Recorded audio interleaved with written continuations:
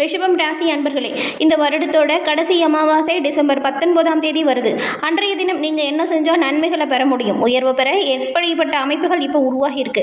இந்த அமாவாசை பிறந்திருக்கக்கூடிய இந்த வாரம் உங்களுக்கு கிரகநிலை அமைப்புகளால் என்ன மாதிரியான மாற்றத்தையும் தாக்கத்தையும் நீங்கள் சந்திக்க போகிறீங்க. இது பற்றின ஒரு முழுமையான தகவலையும் தாங்க உங்களுக்காக இந்த பதிவில் நாங்கள் சொல்லியிருக்கோம்.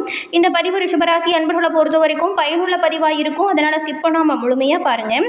ரிஷபராசி அன்பர்கள் சுக்கிர பகவான ராசி அதிபதியாக கொண்டவங்க. நீங்கள் பெரும்பாலும் பாருங்கள், சுக்கிரனின் ஆதிக்கம் இருக்கக்கூடிய ஒரு ராசி அப்படிங்கிறதுனால கலைகளில் ஆர்வமாக இருப்பீங்க.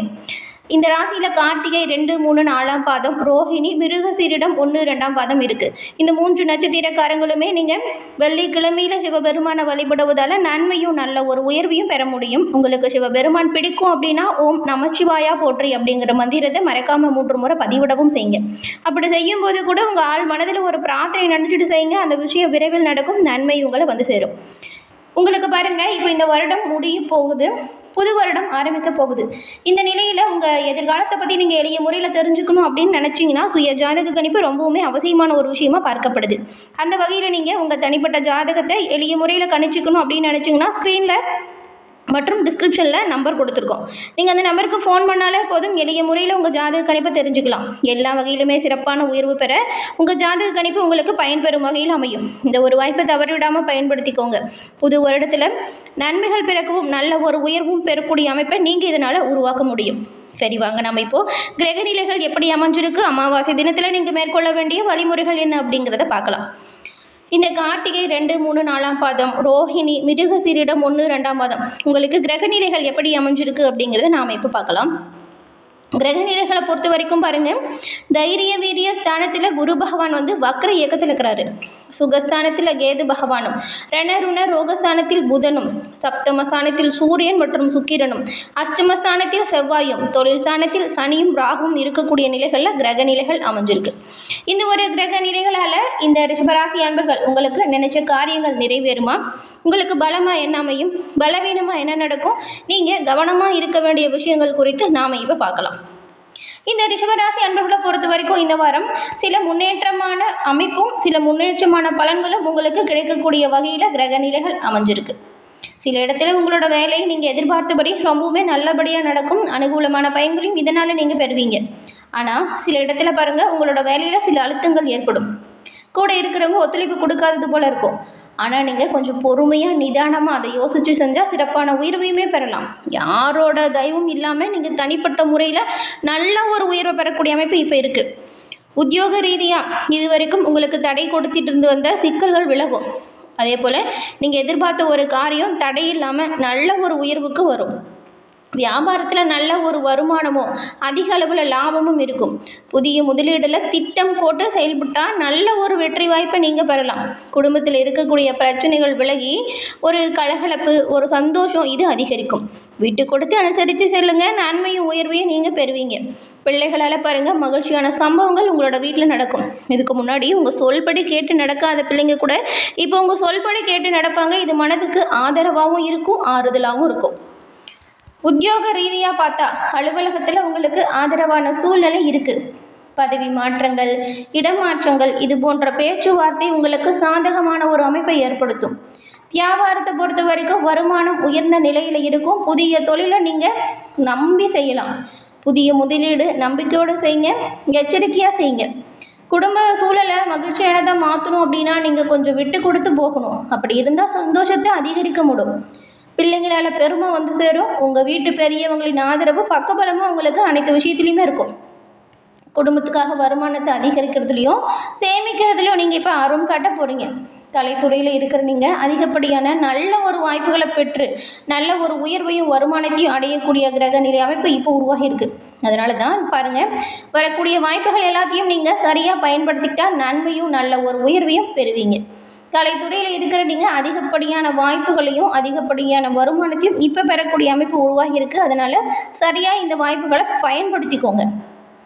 அதே போல் புதிய முதலீடுகள் நன்மையை தரும் அப்படின்னு சொன்னோம். அதெல்லாம் சரியாக இருக்கா அப்படின்னு பார்த்து ஆய்வு செய்து எல்லாம் சரியாக இருக்கா அப்படின்னு எச்சரிக்கையோடு செயல்படுங்க.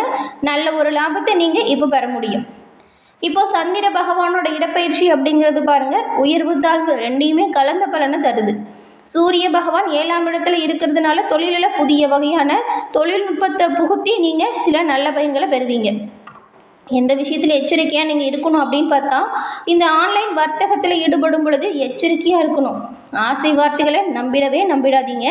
இது பெரிய பின்னடைவை கொடுத்துரும், பொருளாதார ரீதியாக இறுக்கத்தை கொடுத்துரும். 3ஆம் நபரில் ஆலோசனை ஏற்காதீங்க. அதே போல் இந்த மாதிரி ஆசை வார்த்தைகளை நம்பி ஏமாறாதீங்க. ஆன்லைன் வர்த்தகத்தில் ஈடுபடாமல் இருக்கிறது நல்லது. இந்த வாரம் ரிஷபராசி அன்பர்கள் உங்களுடைய தொழில், உத்தியோகம், வியாபாரம், குடும்பம் இதோட உயர்வுக்காக பாடுபட்டால் நல்லது. பிள்ளைங்களோட நடவடிக்கையுமே பாருங்கள் சந்தோஷத்தை கொடுக்கும். மேலும் பெரியவங்களோட ஆசை உங்களுக்கு பக்கபலமாக இருக்கும். உங்களுக்கு நீங்கள் எல்லா வகையிலுமே சிறப்பான உயர்வு பெறணும் அப்படின்னா நீங்கள் வழிபட வேண்டிய தெய்வம் சிவபெருமான். தினம்தோறும் உங்கள் வீட்டு பூஜை அறையில் தீபம் ஏற்றி சிவபெருமானை மனமாற வழிபட்டுட்டு அன்றைய தினத்தை துவங்குவதன் மூலம் நல்ல ஒரு உயர்வையும் நல்ல ஒரு நிறைவான ஒரு பொருளாதார ரீதியான முன்னேற்றத்தையும் நீங்கள் பெற முடியும். சிவபெருமானின் பரிபூர்ண அருளுமே உங்களுக்கு கிடைக்கும். அது மட்டும் இல்லாமல் இந்த ரிஷபராசி அன்பர்கள் இந்த அமாவாசை தினத்தில் உங்கள் குலதெய்வ வழிபாடு செய்யுங்க. இது ஒரு நல்ல ஒரு மாற்றத்தையும் நல்ல ஒரு எதிர்காலத்தையும் உருவாக்கும்.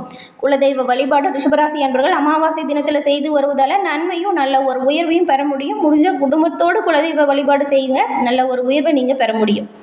இந்த வாரம் நீங்கள் பாருங்கள் தன்னம்பிக்கை நிறைஞ்சவங்களாக காணப்பட போகிறீங்க. தன்னம்பிக்கை நிறைஞ்ச வாரம் உங்களுக்கு இது. உங்கள் ராசி அதிபதி சுக்கிரன் ராசிக்கு 7ஆம் இடத்துல இப்போ சூரியன் மற்றும் புதனோடு இணைந்து சஞ்சாரம் செய்கிறாங்க.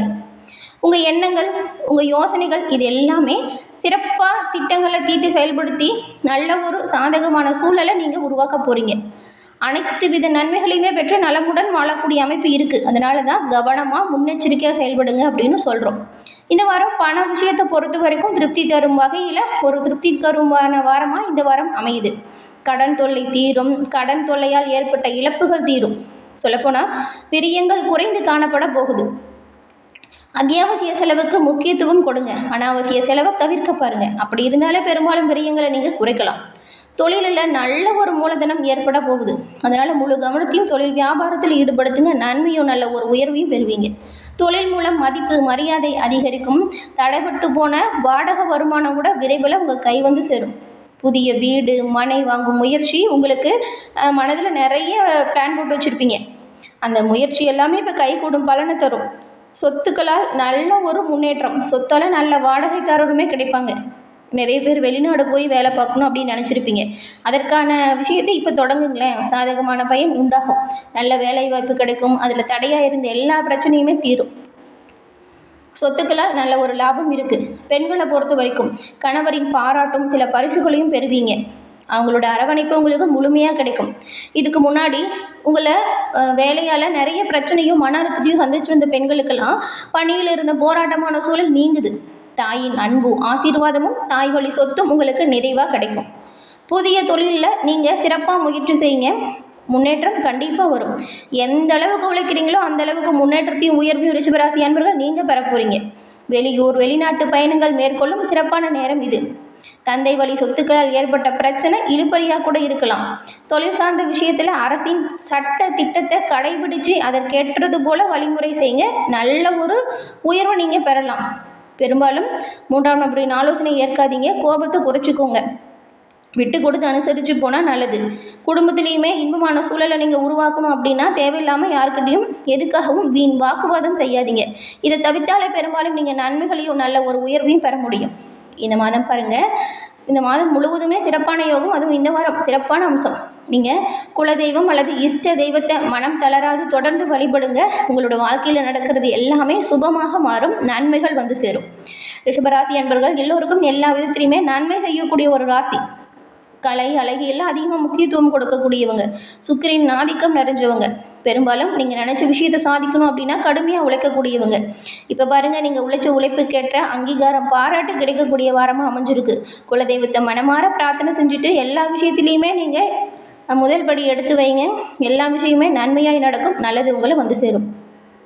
என்ன ரிஷபராசி அன்பர்களே, இந்த பதிவு நீங்கள் பயன்பெறும் வகையில் அமைஞ்சிருக்கும்னு நினைக்கிறோம். பதிவு பிடிச்சிருந்தால் லைக் பண்ணுங்கள். உங்கள் நண்பர்கள் குடும்ப உறுப்பினர்கள் ரிஷபம் ராசியாக இருந்தால் அவங்களுக்குமே இந்த பதிவை ஷேர் பண்ணுங்கள். நீங்கள் இப்போ தான் ஃபர்ஸ்ட் டைம் நம்ம சேனலையும் பார்க்குறீங்க அப்படின்னா மறக்காமல் நம்ம சேனலை சப்ஸ்கிரைப் பண்ணி வச்சு கூட வருது இல்லையா பெல் ஐக்கான், அதை கிளிக் பண்ணி வச்சுக்கோங்க. அப்போ தான் நாங்கள் போடுற பதிவுகள் ஒவ்வொன்றுமே நோட்டிஃபிகேஷன் மூலம் உடனுக்குடன் உங்களை வந்தடையும் அப்படிங்கிறத தெரிவிச்சுக்கிறோம். தொடர்ந்து பார்த்தமைக்கு நன்றி நேயர்களே. நன்றி, வணக்கம்.